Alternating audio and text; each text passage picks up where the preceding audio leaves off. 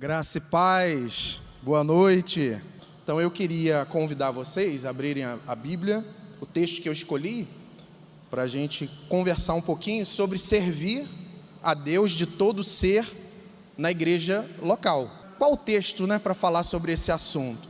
E orando, e Deus me deu esse texto que fala de um jovem, o jovem Timóteo, a orientação do apóstolo Paulo a um jovem.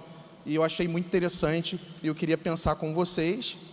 Eu vou ler apenas os versículos de 7 a 16, capítulo 4, 1 Timóteo, e vou ler na versão NVT, nova versão transformadora. Não perca tempo discutindo mitos profanos e crendices absurdas. Em vez disso, exercite-se na devoção. O exercício físico tem algum valor, mas exercitar-se na devoção é muito melhor, pois promete benefícios não apenas nesta vida, mas também na vida futura. Essa é uma afirmação digna de confiança e todos devem aceitá-la. Versículo 10. Trabalhamos arduamente, continuamos a lutar, porque a nossa esperança está no Deus vivo, o Salvador de todos, especialmente dos que creem. Versículo 11. Ensine estas coisas e insista nelas. Não deixe que ninguém menospreze porque você é jovem. Seja exemplo para todos os fiéis, nas palavras, na conduta, no amor, na fé, na pureza. Até minha chegada, dedique-se à leitura das Escrituras, ao encorajamento, ao ensino. Não descuide do dom que recebeu por meio de profecia, quando os presbíteros, os líderes, impuseram as mãos sobre você. Dedique total atenção a essas questões. Entregue-se inteiramente a essas tarefas, para que todos vejam seu progresso. Fique atento a seu modo de viver e a seus ensinamentos. Permaneça fiel ao que é certo, e assim salvará a si mesmo e aqueles que ouvem. Glória a Deus. Vamos orar mais uma vez. Senhor, obrigado pela tua palavra e te peço que agora possa ser um instrumento na vida desses jovens, adolescentes e de todos que estão aqui, que possamos sair daqui edificados pelo poder da tua palavra. A minha oração em nome de Jesus. Amém. Ano passado, eu comecei a preleção falando de um filme, eu quero falar novamente. Ano passado eu falei do filme do Thor, e fiz uma reflexão, a gente fez uma aplicação, achei muito interessante. E hoje eu estava pensando em outro filme, também do universo da Marvel, que eu sei que a galera gosta, de acompanhar, e eu também gosto. Eu, na verdade, ia falar do filme da Viúva Negra, que eu vi essa semana no cinema. Mas eu falei assim, não, porque eu vou dar spoiler, tem gente que ainda não viu. Mas decidi então falar de um adolescente, que é o Homem-Aranha, dos filmes da Marvel. Por que é interessante esse adolescente, o Homem-Aranha? Por que eu escolhi pensando aqui dentro desse texto? Porque esse filme ele ilustra um pouco esse desejo adolescente de aventura, de ser útil, de mostrar as suas habilidades, à equipe, ao seu grupo, de fazer parte de um grupo, mas que muitas vezes, por causa da ansiedade, a própria ansiedade, as falhas típicas do adolescente, a falta de experiência, e tudo isso no filme é muito interessante. É aquele adolescente que quer ser útil, mas acaba fazendo um monte de besteira ali no filme, por causa da sua inexperiência, por causa da sua ansiedade, e é muito legal esse filme. Mas o mais importante, para percebendo diante desse cenário do filme, é que apesar dessas deslizes, ali do Homem-Aranha, o resultado final é que vale, porque todo filme, o final é o final, com exceção daquele filme que morreu todo mundo, da Marvel lá, que foi qual foi mesmo? É o Ultimato? Foi o Ultimato?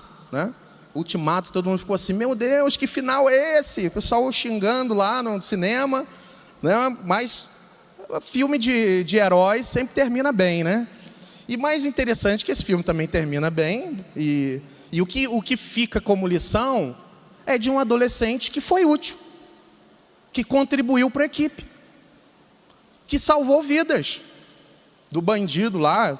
É isso que fica muito claro e evidente nesse filme.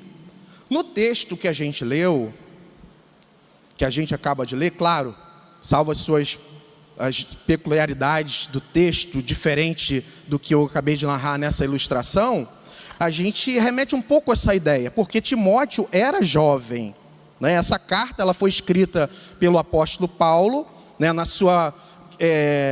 endereçada a um jovem, esse jovem chamado Timóteo. Não tem assim, uma precisão de quantos anos mais ou menos ele tinha, mas eu sei que ele era ali jovem, na faixa de 20 anos, quando encontrou Paulo, mais ou menos, né? Não era um adolescente, mas um jovem.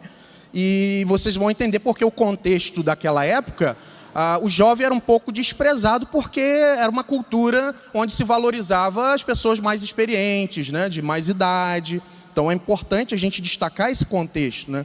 Então Paulo recrutou, na primeira viagem missionária, ele recrutou esse jovem, né, e deu uma tarefa para ele, se dedicar no trabalho ali, na visita às igrejas, nas missões de Paulo. Ele era aquele jovem dedicado que fazia o serviço. Ele sofria, como eu disse, um certo desprezo, né, por um grupo, por ele ser jovem. E isso é bom a gente guardar isso, né, da cultura da época, né? Porém, Paulo, a gente ouviu aqui ontem, né, falando do mentor, né, como é importante ter alguém que aposta no outro, né? E Paulo aposta no jovem, Paulo acredita no jovem, apesar de ser muito mais velho e estar diante dessa cultura, né, que valoriza os mais velhos, a experiência num trabalho. Paulo acredita nesse jovem e dá responsabilidade, e esse jovem corresponde, tá? Esse jovem, apesar da sua juventude, inexperiência, outra coisa, apesar da sua timidez, sabia que Timóteo era tímido? E eu acho que isso é uma das marcas da adolescente, pelo menos da maioria, né? Mas muitos são mais, têm a personalidade mais extrovertida, mas a maioria tímido, né? Com medo, com vergonha. E também um jovem que tinha limitações físicas, que, se você entendeu todo o contexto, Paulo fala das constantes enfermidades, né, e fala ali de um remedinho caseiro, porque Timóteo tinha esses problemas físicos. Apesar disso tudo, Timóteo enfrentava situações difíceis e até perigosas. Olha que coisa interessante. Então, nesse capítulo especificamente, o capítulo 4, que a gente leu aqui um trecho, Paulo ele fala como deveria ser o comportamento de Timóteo diante de um cenário onde os líderes, onde a igreja não estava atravessando um bom momento. Estava vivendo um tempo de apostasia, de alguns líderes que estavam introduzindo alguns assuntos não muito ortodoxos para a igreja. Então esse era o contexto. Então Paulo fala como ele deveria se comportar na igreja, ou nas igrejas, né? Então esses versículos de 1 a 5, você pode ver Paulo falando desses líderes que introduziam aqui questões como, por exemplo, proibir casamento. Líderes que estavam lá na igreja, não pode casar, né? Já viu essas doutrinas malucas por aí? Então proibia casamento, e aqueles que proibiam, não pode comer esse alimento, não pode comer esse, não, porque é impuro. Então tinha essa problemática. Então qual era o dever de Timóteo, desse jovem?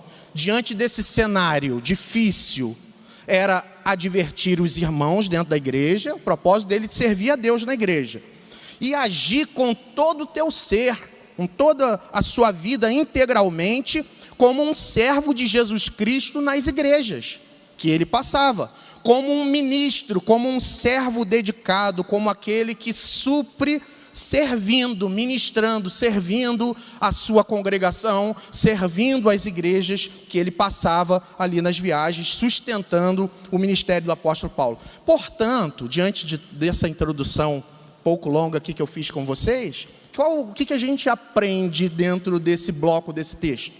Que o cristão, ele precisa, ele deve, você e eu, nós devemos servir com todo o nosso ser a nossa igreja, a igreja local. É isso que Deus deseja, que você sirva ao Senhor na igreja, não só na igreja. Vocês vão ouvir amanhã que não fica restrito à igreja local, né? Extrapola o reino de Deus, como aquela jovem falou, né? Tudo que a gente venha fazer, venha glorificar a Deus, é isso mesmo, claro, mas aqui especificamente a gente vai falar um pouco da vida da igreja, de você servir ao Senhor na igreja local. Então é isso que a gente aprende, mas a pergunta que eu faço a vocês é o seguinte: como, pastor? Como que eu posso servir a Deus com todo o ser na minha igreja, na igreja local? Como posso fazer isso? Então, a partir desses versículos, né, dessas instruções de Paulo a esse jovem, eu quero apresentar aqui apenas duas atitudes fundamentais para que você e eu sejamos servos de Deus, né, servos que servem a Deus de todo ser na igreja local, ok? Então vamos lá? Então a primeira atitude fundamental. Qual atitude você precisa ter para você servir a Deus na igreja com todo o seu ser? Primeiro, você precisa deixar as discussões e buscar a devoção. Deixar as discussões e buscar a devoção. Versículo 7 a 11, Paulo vai falar com Timóteo, advertindo ele sobre isso. Mas eu quero que você leia apenas o versículo 7. Acompanhe comigo. Ele diz assim: não perca tempo discutindo mitos profanos de crendices absurdas. Em vez disso, olha o contraste que Paulo está fazendo. Exercite-se na devoção. Não perca tempo discutindo mitos profanos e crendices absurdas. Em vez disso, exercite-se na devoção. O que Paulo está falando para Timóteo, para o jovem? Olha, não fique perdendo tempo discutindo coisas que não vão levar você a lugar nenhum, Timóteo. Deixa eu te ensinar uma coisa. Não fique gastando a sua energia com coisas que não vão levar a lugar nenhum. Mas, ao invés de você gastar energia discutindo, busque a Deus. Incline o seu coração para se exercitar na devoção, em buscar a Deus, em ler a palavra, né, de colocar o seu coração para que Deus preencha todo o seu ser. Porque veja, como você vai servir a sua igreja local de todo o ser, sem que antes Deus encha e complete, seja pleno no seu ser.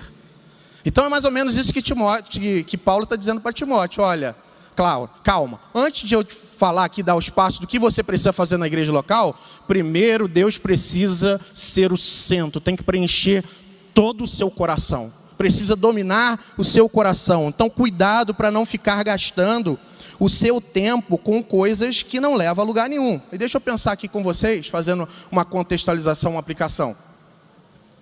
A gente está numa era das tretas, não é verdade?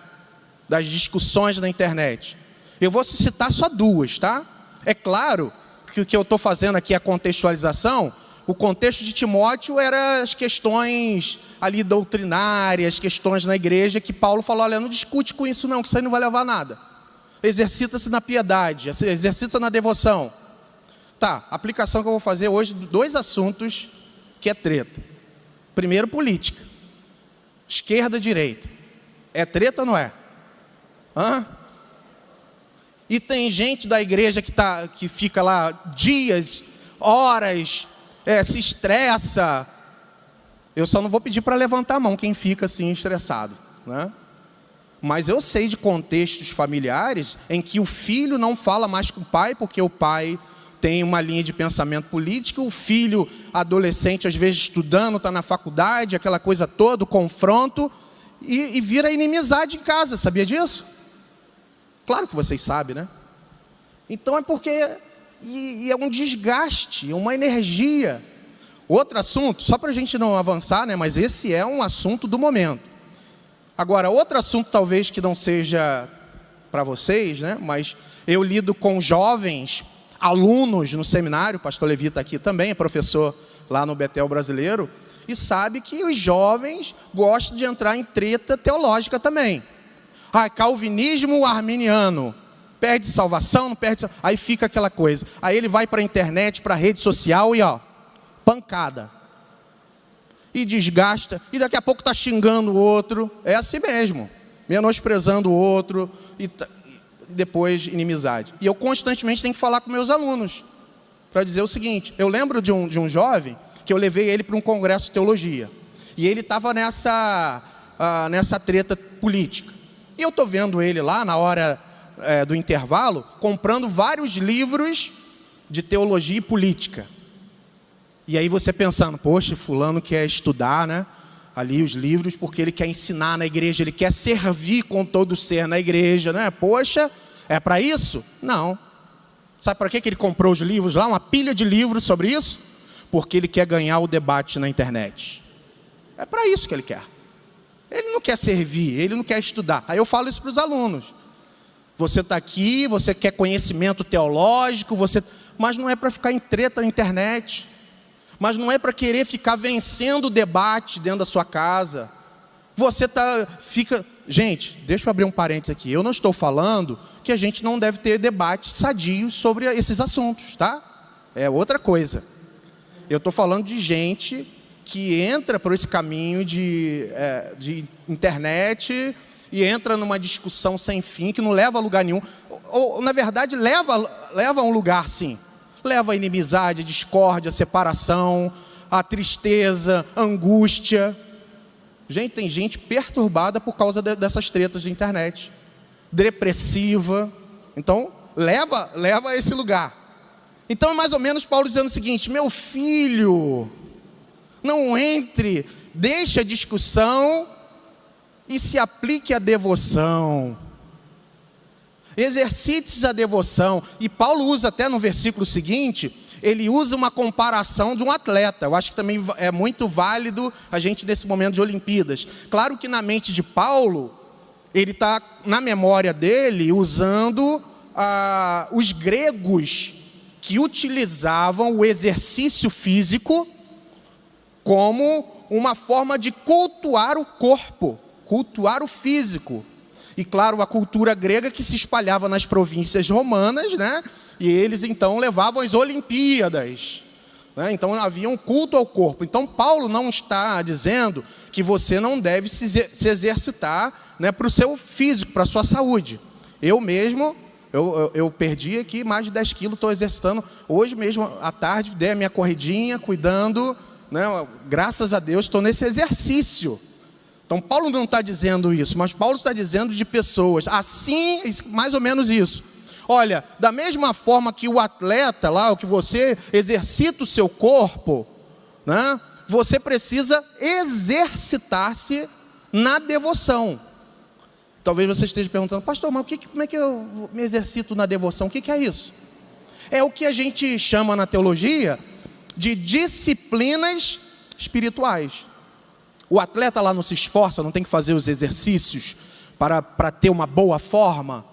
Então Paulo está dizendo que espiritualmente você precisa também ter disciplinas. Claro, cuidado com o legalismo, né? De gente que vai, disciplina espiritual, mas acaba entrando no legalismo. Não, tem que ser espontâneo, tem que ser de todo o seu coração, como vocês ouviram ontem. E o que seria disciplinas espirituais? Orar. Mas não uma oração que dita regras a Deus. Já viu isso, esse discurso? Não, você tem que colocar Deus na parede. Ora, que tem que exigir. Não, quem somos nós? Mas eu gosto do C.S. Lewis quando ele diz o seguinte: a nossa oração não muda Deus, mas muda nós mesmos. Então você vai orar para mudar. O Richard Foster também fala isso, que orar é mudar. Contemplando, 2 Coríntios 3,18, né? Contemplando o Senhor, somos transformados de glória em glória. Então para que você vai orar? Disciplina espiritual? Para ser transformado. Ah, tá, outra disciplina espiritual. Meditação na palavra. Tem gente, talvez você está aqui, tem o corpo aí sarado, mas talvez está raquítico espiritual.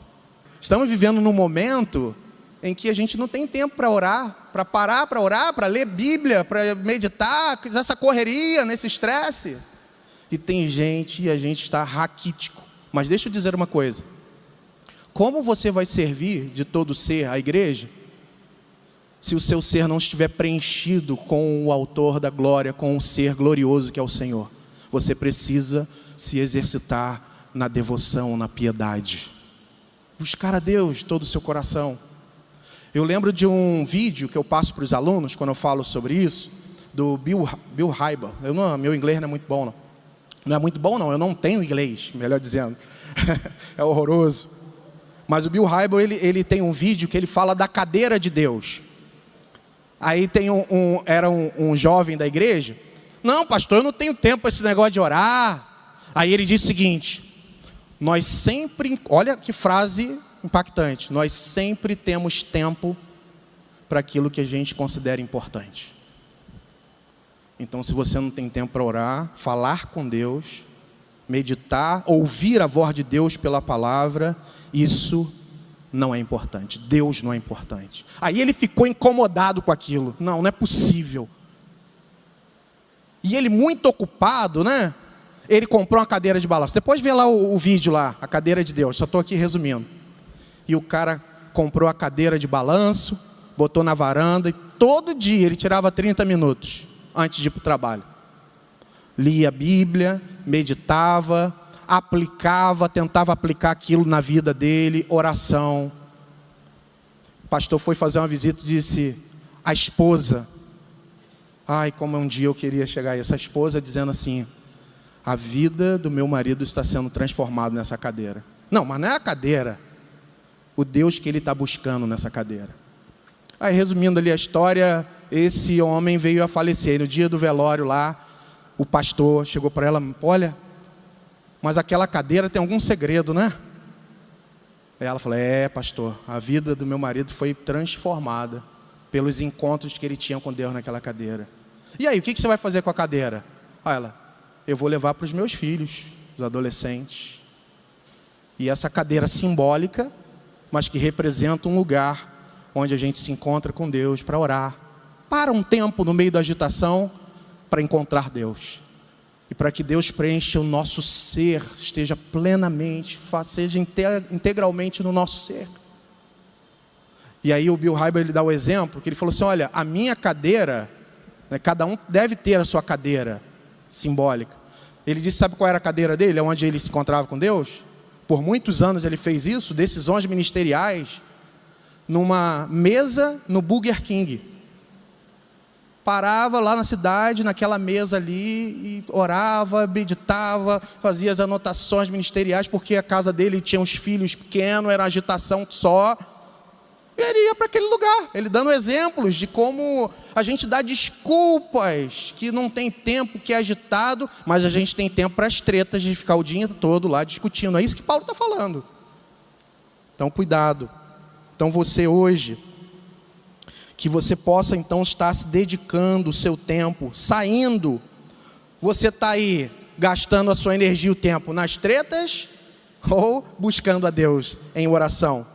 Você tem tempo para tudo, mas não tem para Deus? Como está a sua vida hoje? Não é só para adolescente não, tá? Todos nós. Como está a sua vida hoje, diante de Deus? Será que você está raquítico espiritual? Você está até bombado, né? Está até malhado, você exercita ali no físico, mas está raquítico porque você não encontra Deus?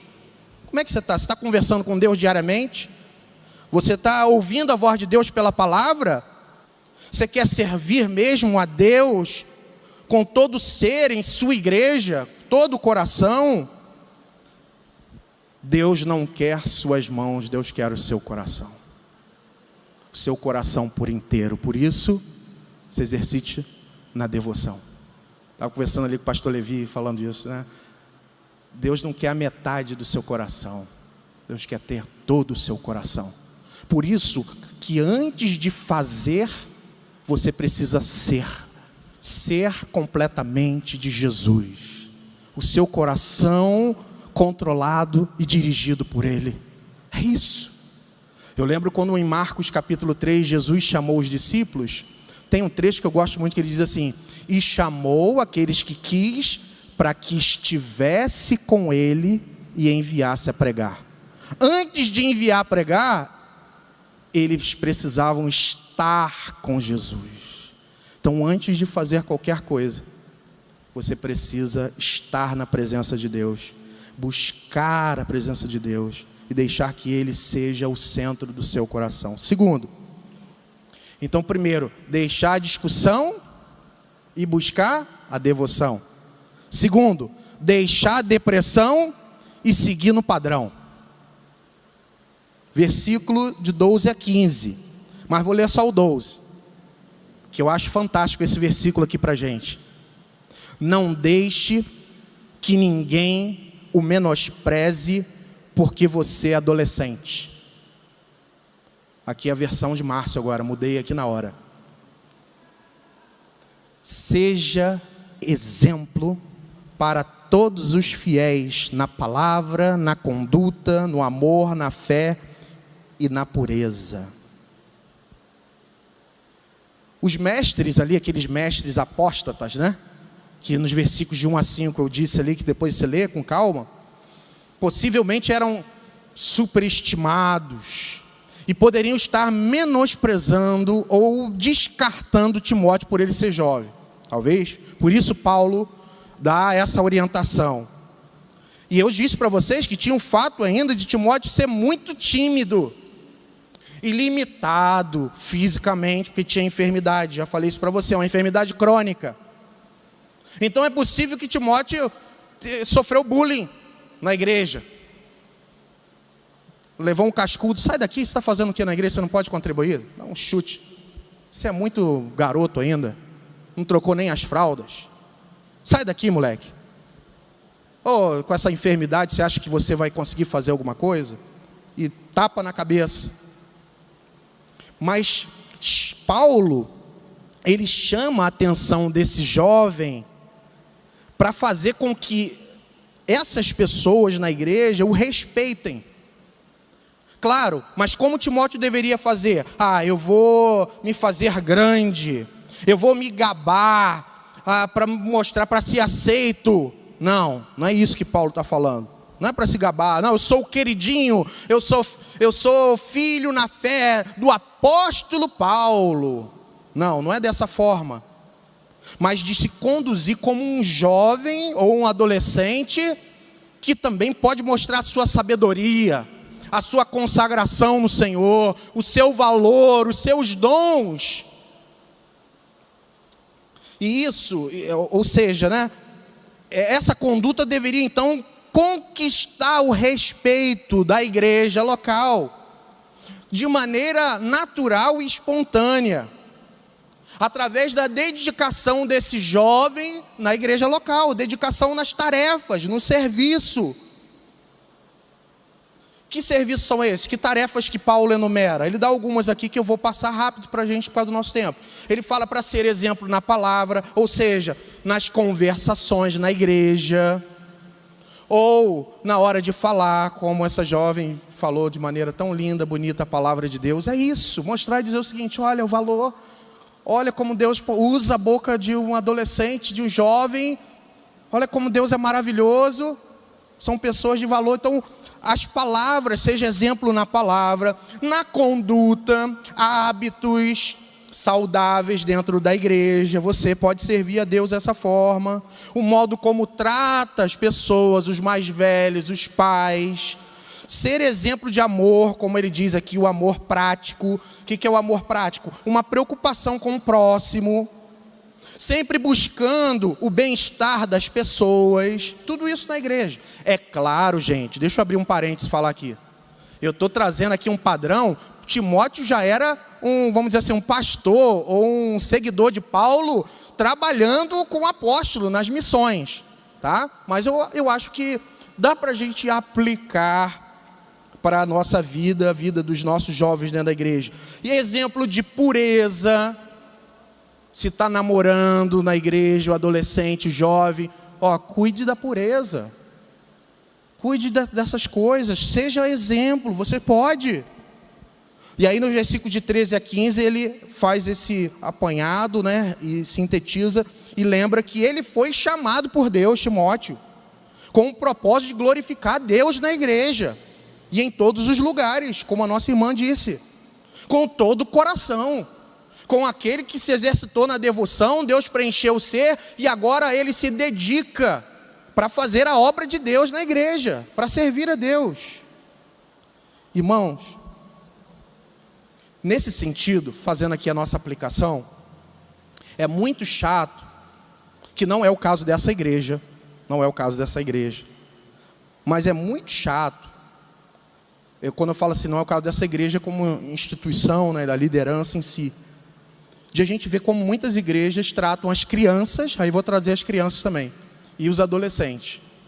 E às vezes tem uma frase simples que a gente usa, mas que a gente não se dá conta. As crianças, olha, esses adolescentes são o futuro da igreja. Mas não é o presente?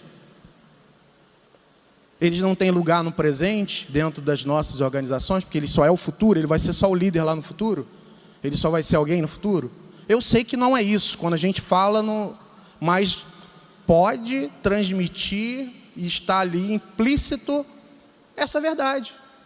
A criança que a gente leva para a chamada da salinha para não atrapalhar o culto dos adultos, né? Porque a criança também é o futuro da igreja. Então a gente acaba usando essas frases e não valoriza ele como membro, como pessoas integrantes dessa igreja. E somados a tudo isso, gente, a gente tem muitos adolescentes que têm a sua timidez, vergonha, a própria reverência, suas limitações, etc., que faz com que eles às vezes se escondam do serviço da igreja. Eu não quero fazer nada porque eu tenho vergonha. Aí você soma a visão da igreja e às vezes essas questões, e aí isso leva a um tipo de depressão que conduz a um isolamento. Eles não se envolvem no trabalho da igreja. Eu mesmo, deixa eu aqui rapidamente falar, eu mesmo sofri muito por ser tímido e medroso. Se você adolescente se identifica comigo, mas a minha timidez, o meu medo me atrapalhou muito na minha caminhada. E vou dizer uma coisa, até hoje, de vez em quando a minha esposa ou alguém, porque baixa estima, às vezes não se valoriza, né? O medo de falar, ou o medo de fazer alguma coisa e ser repreendido pelos mais velhos, de ser repreendido, talvez você se identifique com isso. E aí você acaba vivendo nesse mundo de depressão, de caverna, de isolamento, e não se envolve. Medo de errar, de ser recriminado pelos adultos. O Evangelho me transformou. Jesus me transformou. Continuo tímido e medroso. Sabia? Duvido, pastor, você está pregando lá na frente, eu nunca vou fazer isso. Não, eu dizia isso também. Quando estava sentado lá, eu falei assim, eu gostava de cantar, pastor, mas eu olhava assim para a igreja, falei assim, poxa, eu gosto de cantar, minha família sempre gostou de cantar, mas não dá para cantar, porque eu tenho que ir lá na frente para cantar, como é que eu vou cantar? E olha o que Deus faz, conduz a minha vida, sou o que sou, pela graça de Deus. E eu olho para vocês, se vocês têm essas limitações, e eu vou falar isso, alguns vão falar assim, vai fazer até sinal da cruz. Vocês podem estar aqui amanhã. Vocês podem estar aqui, ser preletores, missionários, como eu disse, e tantas outras coisas, mas sem fazer isso como um alvo futuro e perceber que você hoje tem o seu valor em Deus aqui nessa casa, na igreja do Senhor. O Senhor quer te usar. Então é na impulsão da graça do Espírito que sou o que sou. E rompi. Escola, passava mal na escola. Você já pensou apresentar trabalho na escola? Quem já passou mal aí apresentar trabalho? Tem que tomar até remédio. Passar, meu Deus do céu. Pagava até o rapaz lá para, fala você, deixa eu ficar aqui quietinho. Só ir lá na frente já era um problema. Suando frio, porque esse negócio de trabalho não dá certo. Mas Jesus transforma a gente. Se você buscar Jesus de todo o seu coração, Ele vai preencher o seu ser, e é Ele que vai te impulsionar. E é assim que você vai servir. Lembra do filme do do Homem-Aranha lá, eu lembro de uma frase que ele disse, o Tony Stark começou a cortar ele, né? Ele, agora nós vamos lá, vou fazer acontecer. E o Homem de Ferro lá, só cortando ele, não, meu filho, fica aí. Aí que ele falou, eu estou cansado de o pessoal me ver como criança. Vou fazer, mas acabou fazendo um monte de besteira, né? Fez por conta dele. Mas achei interessante isso, o que Paulo disse para Timóteo, né? Olha, não deixe que ninguém te menospreze, porque você é jovem, porque você tem dons, e dons no plural, tá, gente? Dons que Deus colocou na sua vida, e você pode ser útil nas mãos de Deus aqui nessa comunidade, para servir ao Senhor com alegria. Então, Paulo está aqui resumindo no versículo 15, dedique-se, ou dedique total atenção a essas questões, buscando a Deus e fazendo a obra de Deus, sendo exemplo na sua igreja. Entregue-se inteiramente a essas tarefas na igreja local, não se envergonhe, deixa que o Espírito, na sua devoção diante de Deus, deixe que o Espírito te impulsione para você fazer essa obra, não para se vangloriar. E que as pessoas, os adultos e todos possam ver o progresso na sua vida. Deus está falando contigo nessa noite da seguinte forma: não se acovarde, não se deixe vencer pelo bullying, pelo menosprezo das pessoas. Talvez você esteja até depressivo, triste, se sentindo excluído. Ganhe a confiança dos outros, mostrando que você é uma nova criatura em Cristo Jesus. Mostre dessa forma, é dessa forma que a gente mostra o valor. É só seguir o padrão. Por isso que eu disse, deixe a depressão e siga o padrão. O padrão é de quem? O padrão é de Jesus Cristo, um homem poderoso em obras e palavras diante de Deus e dos homens. Ele é o nosso alvo. É por isso que a gente faz a devoção, se exercita, sabe para quê? Para ser transformado e ser mais parecido com Jesus. Porque você ora e você lê a Bíblia, você se aplica à devoção, não para ficar mais poderoso e para as pessoas olharem, olha, fulano é tão ungido e poderoso. Não, mas você ora e você busca a Deus para você ser mais parecido com Jesus. E você segue o padrão dele, por palavras ou por obras, você glorificando a Deus e servindo a sua comunidade, porque você tem dons que Deus colocou em suas vidas. Deus colocou na sua vida dons. Seguir o padrão de Deus, na confiança da graça que atua em você, como vasos de barro, mas um tesouro que é Jesus Cristo na sua vida. E eu concluo querendo fazer aqui algumas orações. No versículo 16, Paulo encerra assim: fique atento ao seu modo de viver e aos seus ensinamentos, permaneça fiel ao que é certo, e assim salvará a si mesmo e aqueles que o ouvem. Eu encerro parafraseando 2 Coríntios 3,18, que Paulo diz que refletindo como espelho a glória do Senhor, de glória em glória somos transformados. Você vai refletir na igreja aquilo que você contempla. Refletimos os valores daquilo que a gente contempla. Se você se exercitar na devoção e contemplar a glória de Deus, será isso que você vai refletir na sua igreja, no seu colégio, na sua vida.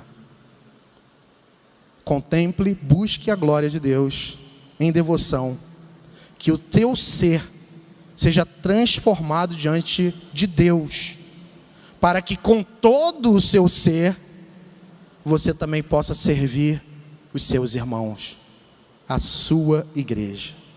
Fique ligado, fique firme.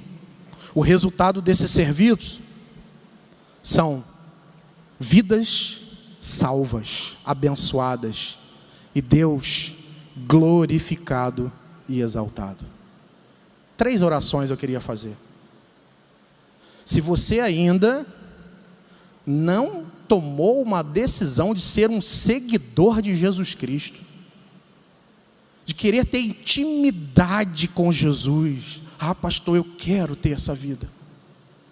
Eu quero me exercitar nessa devoção, mas primeiro você precisa fazer um compromisso com Jesus. Ah, pastor, eu nasci na igreja. E daí?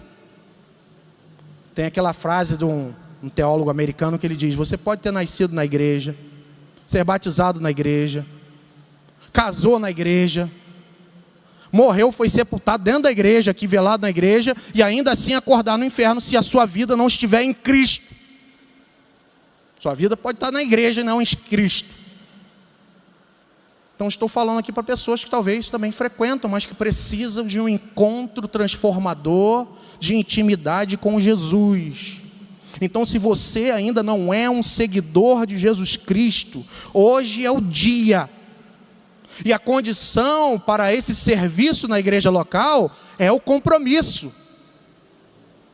É a entrega do seu ser a esse Deus, a esse Jesus. E você precisa tomar essa decisão hoje. Entregue o seu coração a Jesus. Entregue a sua vida. Vale a pena servir a Jesus. Eu estou aqui de tantos traumas, tantas situações, mas digo aqui, abrindo a minha boca, como foi bom entregar a minha vida, o meu coração inteiro a Jesus. E Ele preencheu o meu ser. E Deus está te chamando hoje. Ele não quer você pela metade. Ah, não, eu vou na igreja de vez em quando. Não, Deus não quer você. Deus quer você por inteiro. E a primeira oração que eu queria fazer é se você deseja ser um seguidor de Jesus. Se você deseja entregar o seu coração, a sua vida a Jesus, compromisso com Jesus. Eu queria pedir, se você quer tomar essa decisão hoje, eu queria orar por você. E eu queria que você ficasse de pé, só para ver onde você está, e eu queria orar por você. Tem alguém nessa noite que quer entregar o seu coração a Jesus? Tomando essa decisão, eu quero ser seguidor de Jesus. Vai orando aí, pensando, vai orando. Enquanto eu faço o segundo convite. Talvez você já seja um seguidor. Porém, você está preso nas tretas lá, ó. Ah, você está gastando, você está tão atribulado, está tão angustiado, tão depressivo, porque vive nas tretas na internet e não busca intimidade com Jesus, não está em sintonia com Deus. Você precisa se exercitar na devoção. Eu tenho negligenciado, pastor, essa vida, esse compromisso. Eu quero me comprometer com Deus, eu quero orar por você também. Então fique de pé se você deseja fazer uma renovação aí de compromisso com Deus, de buscar a Deus, de ter intimidade com Deus, de buscar de todo o seu coração, Senhor, em intimidade. E a terceira e última oração que eu quero fazer é se você talvez tenha sido dominado por um sentimento de baixa estima, vergonha, medo. E isso tem impedido você de servir a Deus na igreja. Porque você se acovarda, você se fecha, sempre se amedronta, isso está dominando o teu ser. E você quer vencer, você quer superar, você quer servir a Deus, mas você não sabe como. Hoje é o dia, se apresente diante de Deus que eu vou orar por você. O fato de você ser um adolescente, uma criança, não vai ser impedimento para Deus te usar nessa igreja, ou nas igrejas. Então você precisa do revestimento da autoridade de Deus? Fique de pé também, se você precisa. Então essas 3 orações, se você se encontra nessas 3 tipos de pessoas, eu queria orar por você. Noite. Senhor, obrigado pela Tua palavra bendita e eterna. E eu te peço agora por esses jovens, adolescentes, adultos aqui nessa noite. Se alguém hoje entregando o seu coração a Jesus Cristo, ó Deus, seja o centro, venha reinar nesse coração que te entrega. Entrega a vida, se rende diante do teu altar, se arrependendo dos seus pecados, das suas falhas. Ou daquela pessoa que já é um seguidor, mas tem negligenciado, talvez está raquítico espiritualmente, mas hoje está renovando o compromisso para buscar a tua face. Hoje, Senhor, aleluia, abençoa esse teu servo, faz com que ele esteja mais íntimo, mais pleno de ti, Senhor, em nome do Senhor. Ó Pai, mas se há aquele que tem sido negligenciado, que tem se sentido tão para baixo, só Deus, não se sente capaz. Sim, é um sentimento até importante no Evangelho. Realmente nós não somos capazes de fazer alguma coisa na obra de Deus, não somos, mas pela graça de Deus podemos realizar grandes coisas.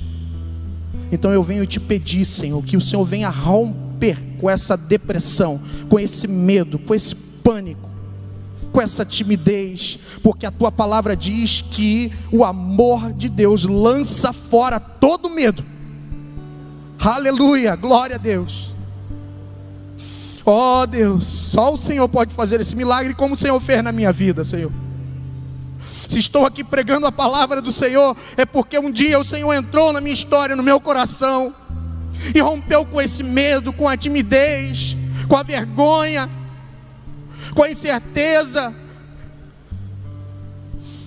Me fez um servo para servir a igreja que o Senhor resgatou com o seu próprio sangue. Que esses adolescentes possam ser instrumentos de Deus em suas igrejas. É o meu pedido, a minha oração, em nome de Jesus. Amém. Aleluia.